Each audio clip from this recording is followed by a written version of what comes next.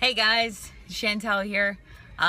Hey, just got done teaching a class, karate class, and still continuing to think about comparison as we've been talking about it for the last week or so, and we kind of got some feedback from you guys, a little bit via like Instagram, but not a whole lot on Periscope. But so just putting some finishing touches on kind of just my thoughts throughout the week.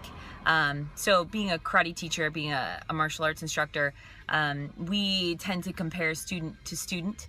And so what we do is we look at one student compared to another, and then we even compare them to a standard, not so much each other.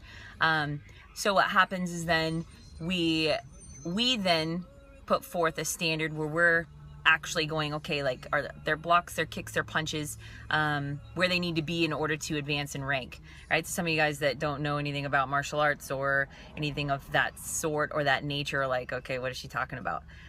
Because in the last couple of days we've been talking about comparison, and I feel like we do that with ourselves. We do that with other people. We look at ourselves and we say, okay, really what we're doing is comparison starts when we create a standard for acceptance. And when I wrote that down, I was like, oh my gosh, that's pretty powerful. Like we ourselves, we create a standard of acceptance, like to be accepted by other people. And so when we see people and we see what they have or what they don't have, or what they have and what we don't have, then we automatically then put ourselves on a scale and we measure ourselves up to those other people. And it's either good, it's either bad, or it either leads us to change, it drives us to change, it drives us to be better, or it leads us to insult, like we talked about before. So I really hope that that a lot of you guys were able to listen to what we had to say this week and kind of reflect on it. I know I did.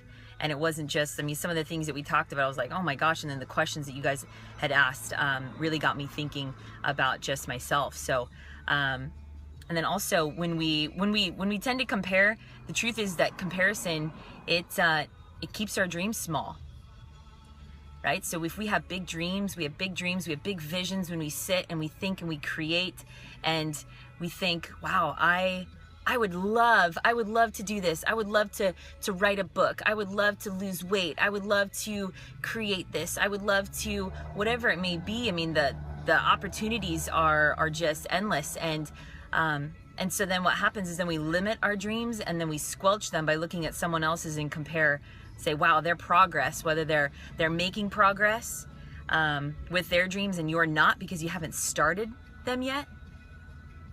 So it's pretty amazing when you really just humbly step back and take a look at really what you're doing or what you're saying about other people.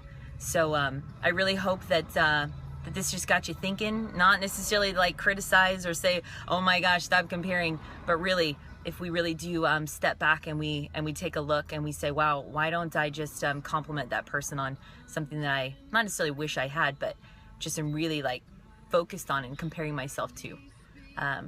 Anyway, I hope you guys have a great day.